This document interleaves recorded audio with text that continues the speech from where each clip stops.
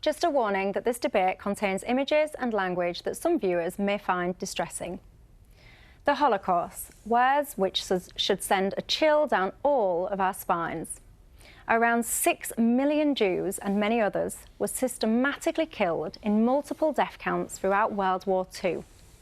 These innocent people were forced from their homes, stripped of their belongings, separated from their families, worked to their death, used for human experiments, routinely beaten, shot at point-blank range, and executed in gas chambers. It is almost beyond comprehension. Hundreds of thousands of SS soldiers were complicit in these murders, whether directly or indirectly, and in my view, they all have blood on their hands. A pitiful number of prosecutions have followed against these soldiers, many of which have seen their convictions overturned, and for that there is no excuse. The SS soldiers today are frail old men, and a current trial against Bruno Day saw a 93-year-old former SS soldier being wheeled into a juvenile court. Many are proclaiming that he should not be prosecuted simply due to his age, but that is wrong. Age is just a number, and it is the duty of a civilised world to ensure that these heinous crimes do not go unpunished, however much time has passed.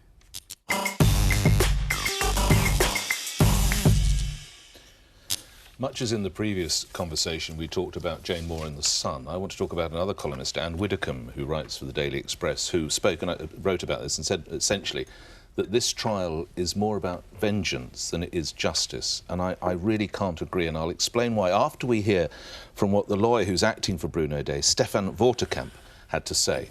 Mr. Day, the guard, didn't join the SS. He was simply dressed in SS uniforms without ideological training, and then he had this job. He knew the prisoners were not in there because they were criminals, but they were in there for anti-Semitic, racial and other reasons that were not legally correct, and he felt sorry for them, but felt unable to free them. In 1944, at the age of 17, how would you have acted? Would you have tried to instigate an uprising, or would you have tried to complain? So that's what the lawyer says. And to a degree he's right, because had he complained, he probably would have been shot, he would not have saved a single Jewish person, and indeed his family might have been shot. But currently, regrettably, we live in a time when anti-Semitism across Europe is on the rise.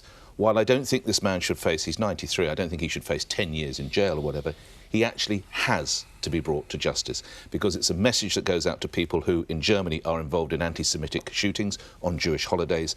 And lastly, not this man, but the people that he guarded and the people he worked with had no problem herding people in their 90s into the gas chambers. So I don't think it's a problem ushering a 93-year-old in to face a legitimate and fair trial. I know Nazi hunters say we owe it to the victims to bring continued prosecutions, and I've read quite a lot about what survivors from the Holocaust have said, and it is very interesting that their view on this is not what you would think. For them, justice is not about seeking legal retribution. It's about seeking answers to questions that they have.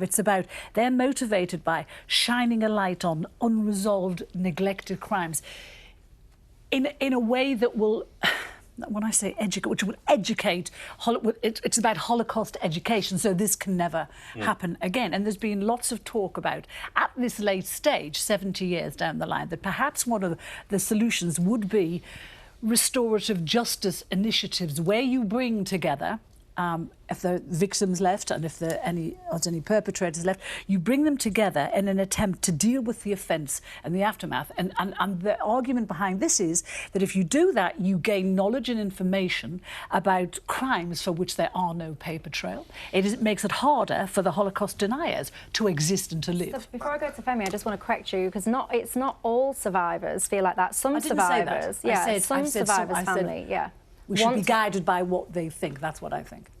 We're talking about essentially, well, I mean, you talked about what you can learn from essentially a Nazi, former Nazi. I don't think we need to free somebody from justice because we need to learn that Nazism might be a bad thing. It's much more complex than that, But I mean, you know it is. the idea that we're going to grant mercy to somebody because they happen to evade justice for so many years, that is so wrong. The fact that he managed to stay free should not be a reason for him to continue to stay free. Have you read about what he said his part in this was? Have you read what he says his part in all of this was? He said he was a guard. He said he never discharged his rifle. There is no actual evidence against him that he hurt anyone. Now, I'm not making excuses for guards in concentration camps. I'm just saying, haven't we come a long way over the past 70 years where you can just think about this? If you tie someone down while somebody else kills them or does whatever to them... How do you know he did that? No, but the point, if you're guarding this place, you're making sure they don't leave. So if you're guarding the place to make sure they can't leave and then they're killed, you are participating in that crime.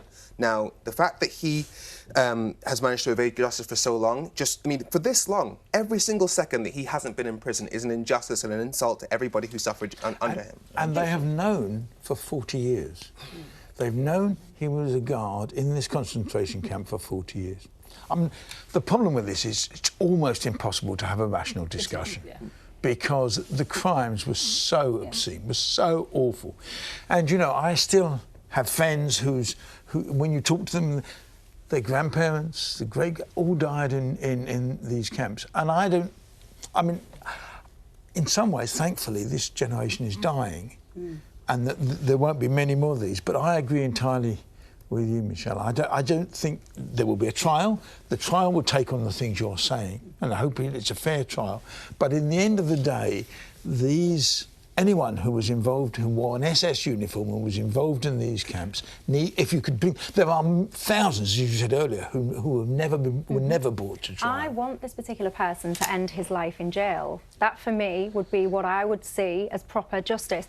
The part that he played, I couldn't care less if he was the cook working on the thing or holding the gun. To me, and not just to me, in 1969 there was a ruling that said unless you've been directly involved in the killings, you can't be prosecuted. That was actually then subsequently changed in 2011, and that change was implemented when Oscar Groening, who people might remember was the accountant or the bookmaker of Auschwitz, when he was sentenced, when he was in his 90s. If you are there and you are involved, and by the way, in terms of lessons learned from history, please make sure that we remember the amount of genocides that have happened since this. And by the way, if you look at things like Myanmar and the Rohingya Muslims, that's currently still happening in modern day. So people haven't learned their lessons. Let's talk about other trials. You know, with the Bosnian War, you know, when Milosevic and Karadzic and they were brought before The Hague, quite rightly, and shamed and punished in the eyes of the world, because these people were leaders of a genocide. They masterminded the genocide.